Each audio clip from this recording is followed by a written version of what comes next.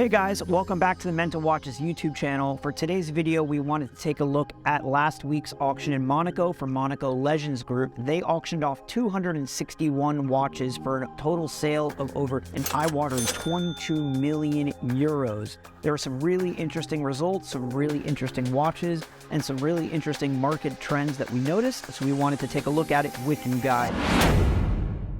Before we get into it, if you guys like this content, please do us a favor, like, comment, subscribe, all the normal YouTube stuff to top us up on the algorithm. We'd really appreciate it. So without further ado, let's get into it. I broke down these lots into 4 sections that I wanted to discuss with everybody. The first section is simply first 2 lots, lots 49 and 64, and we're discussing Rolex co-signed watches and Rolex collaboration watches. It's evidently clear from these results that these 2 categories are still very, very much in demand, very, very hot amongst collectors. Lot 49, we saw a Rolex Sea Dweller Polizio di Stato, which was a watch that was released in 2008 by Rolex to commemorate the 50th anniversary of the scuba diving division of the Italian State Police. Now, Rolex barely ever does this. They commissioned these watches directly through Rolex, which Rolex approved, and 79 of them were ordered for different members of the Italian State Police. To give you some anecdotal background, about 3 or 4 years ago, Roman Scharf and I sold one of these complete set for around $110,000. Since then, they've gotten more and more popular, consistently selling for higher than that in auction. And in last week's auction, Monaco Legend Group auctioned off a new old stock complete set of one of these Sea Dwellers for an eye-watering, astounding 338,000 euros,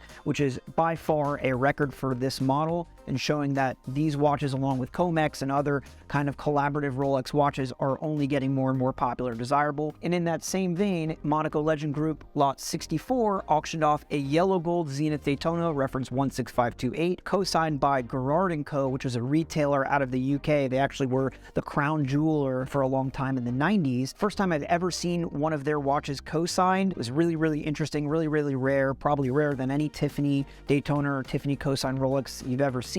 It sold for 117,000 euros with an estimate of 60 to 120, so at the higher end of the estimate. I thought it could possibly even do more, but again, it's a one-of-one kind of piece, so I think somebody got a really special watch there, and it just goes to show you that anything co-signed, whether it's Gerard & Co., Tiffany & Co., Cartier, they're always going to be very coveted and special amongst collectors. For the second group of watches I want to discuss, we're talking about special dials, but not special in the sense that they're one-offs or prototypes, but more interesting colors, interesting stones, and things of that nature. We're seeing a continued trend of collectors really gravitating towards those pieces, stuff that was really overlooked 5-10 years ago. No one really cared about it, and now everybody wants something that's interesting, something that's colorful, something that's a little more special than an average watch. So the first lots we look at are stone dials that Monaco Legends offered, lots 8 and 119 respectively, a Tiger Eye Date 8 reference 18238 and a Onyx style stone dial reference 18038. Both of these watches sold for what I consider to be very strong prices. The Tiger Eye with no bracelet, which is a $6,000-$7,000 part if you could find it, sold for 28,600 euros, and the Onyx dial sold for very high 38,350 euros. I put the market value of those watches probably 10 to 20% less if you're looking on the open market, but again,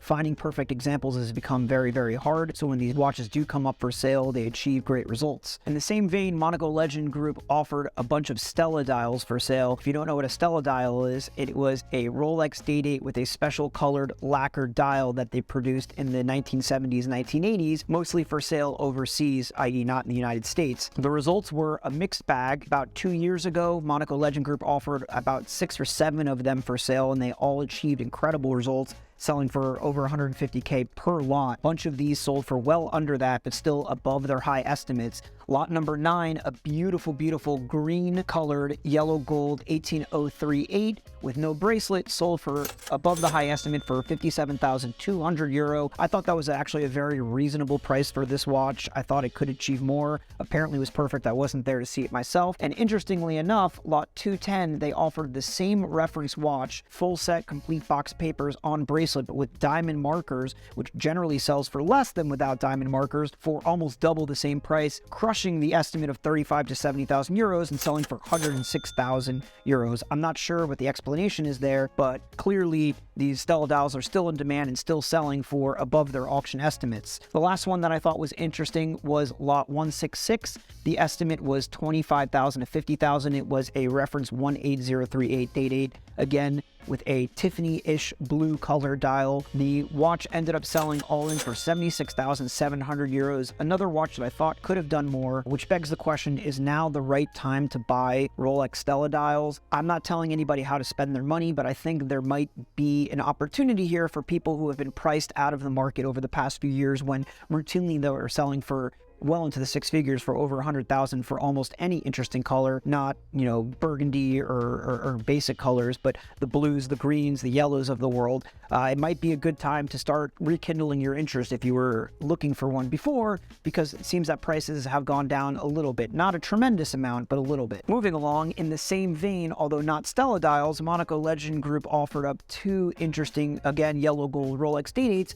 but with interesting color dials that I thought achieved pretty good prices. The first was lot 22, which was a early reference, one of the earliest dates, reference 6511. But what the interesting thing about this watch was the dial had aged to like this green-gray color, something I'd never seen. It was a very interesting patina, and the watch ended up selling for above its high estimate of 15 to 30,000 euros, ending all in for 35,100. And next to that, we saw lot 25, a reference 18038 with the most beautiful purple dial I'd ever seen, something I'd actually never seen before, with an estimate of 12,000 to 24,000 euros, selling all in for 33,800, which goes to show you that these cool color dials are really, really collectible and really, really in demand amongst collectors, because that watch with any normal champagne dial or silver dial would have sold for less than half. And in the same vein of cool colors, moving away from Rolex, because we've been talking a lot about Rolex, I just wanted to talk very briefly and bring up two interesting watches from other brands that had interesting colors and rare configurations in the same vein as all of the stone dials, Stella dials, and interesting regular date dials, color dials. Was lot 204 from Audemars Piguet. They auctioned off a perpetual calendar, 36mm white gold with a salmon dial, something you really don't often see. It sold right in the middle of the estimate of 40 to 80,000 euros, finishing at 67,600. I thought it was a very strong result, good result, but again, something that's very hard to find with an interesting color like salmon. And in the same vein, lot 176, a Patek Philippe Nautilus, reference 3700 in solid yellow gold with a normal blue dial, but it wasn't quite so normal. It had aged to a much lighter tone. They called it their blue jeans color. The estimate was 250,000 to 500,000, which was strong to begin with, and the watch ended for 338,500 euros, which is absolutely crazy and an amazing result for an amazing watch, but certainly higher than anything we've seen for a regular 3700J with blue dial. So it just goes to show you that any watches that have interesting color dials or have aged to an interesting color dial are bringing a premium at these auctions, and probably certainly in private sale as well. The third cross section of watches I wanted to go over, which I found to be interesting, was the Bling. It seems that the Bling is still in. While it may not be for everybody and not to everybody's taste, blingy watches and factory set diamond watches are still very popular among collectors and have proven to be very successful at auction. The first lot that I found was very interesting was lot 88, an Audemars Piguet perpetual calendar in a round case with integrated bracelet. Traditionally not a very popular model amongst collectors because integrated bracelets are very difficult for some people to wear. This watch was number 2 of 5 ever produced. It was a white gold bracelet with a pave, beautiful pave diamond dial, bezel confirmed by Audemars Piguet, apparently in excellent condition. The estimate was 40 to 80,000 euros, and it sold for 85,800. I thought was a very, very strong price for this watch. Beautiful, incredible, and rare watch, but not for everybody. But it shows that even the niche blingy watches still can achieve strong results and are still coveted amongst collectors, even if they're not really great for everyday wear. In the same vein, lot 98, they auctioned off a very extremely rare Omega from the 1940s, a chronometer grade watch that was housed in platinum with diamond and emerald markers. According to Monaco Legend Group's research, there were only about 10 of these ever made, and this is the first one to appear publicly. The estimate was 150 to 300,000 euros. It sold all in for 208,000 euros. While I was right in the middle of the estimate, I still thought this was a great result for this watch. While it's still incredibly rare, incredibly unique, it's a watch that if this was housed in steel without the diamond markers and emeralds, it would be a few $1,000s. It just goes to show you that A, blingy watches are still popular, and this is kind of more subtle bling, and B, something that's truly special, truly rare is always going to achieve a high result. And in the same vein, the last watch that I pulled out that I thought was pretty interesting and unique was lot 138, a Patek Philippe perpetual calendar chronograph, reference 3990J. This is basically the same watch as a 3970, but with a diamond set dial and bezel. This one had a special order black dial according to Monaco Legend Group's notes as well. It achieved a final price of 286,000 euros, which is significantly above what this watch would have achieved had it not been diamond set.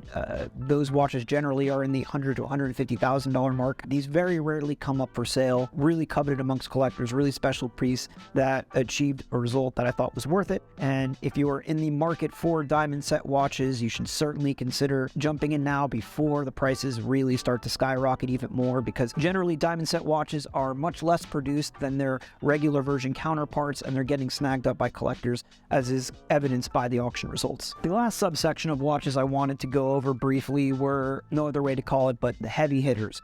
It's really interesting to see that we're living in a watch collecting era where every single major auction house consistently puts up seven-figure watches. Not even 5 years ago, it would be very rare to see a watch come up for auction that would achieve seven figures. The watch market has grown tremendously in the past 5 years, and now we're seeing almost every auction season, several auction houses selling watches that achieve seven-figure results. Monaco Legend Group's had 3 watches that achieved seven-figure results. The first lot that they offered that's achieved a seven-figure result was lot number 100, a prototype platinum Yachtmaster with Surrey dial made for the former president of Rolex, Patek Heiniger. This was a truly unique watch, the only one ever housed in platinum. It has a very, very specific wording on the dial that said it was to celebrate the 10 millionth chronometer movement that they've made.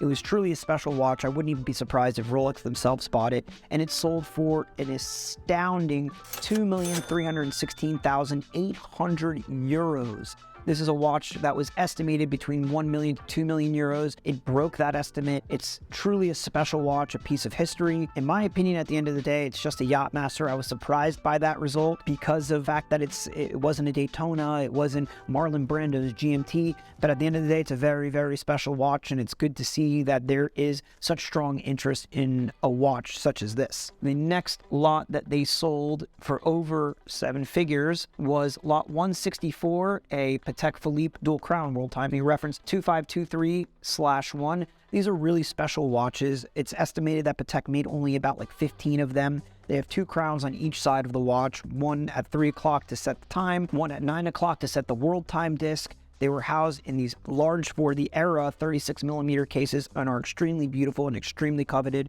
This one sold for even more than the Yachtmaster before it, 3,036,000 euros against an estimate of 2 to 4 million. These watches almost never come up for sale, so I'm not surprised to see this result, and I wouldn't be surprised if another example that came up in similar condition in the future even did higher than that. The last watch that Monaco Legend Group auctioned off that achieved a seven-figure result was a fresh to market reference 3700, not J for yellow gold, not A for steel, but G for white gold. It was the former property of John Goldberger, the very famous collector and author, and it was made for the Sultan of Oman with a white Kandjar logo. These watches are extremely rare. There's only a handful that exist, and it was estimated between 800,000 to 1.6 million euro, and it ended at 1.3 million euro, a result that I thought was actually very, very good and strong for this watch. It is a very, very rare piece, but at the end of the day, it's a very niche market for this watch. There's only a handful of buyers who are willing to pay seven figures for an Omani signed white gold Nautilus, something very rarely seen, but obviously very rarefied air in terms of the buyers. I thought it would sell for right around $1 million. I was wrong.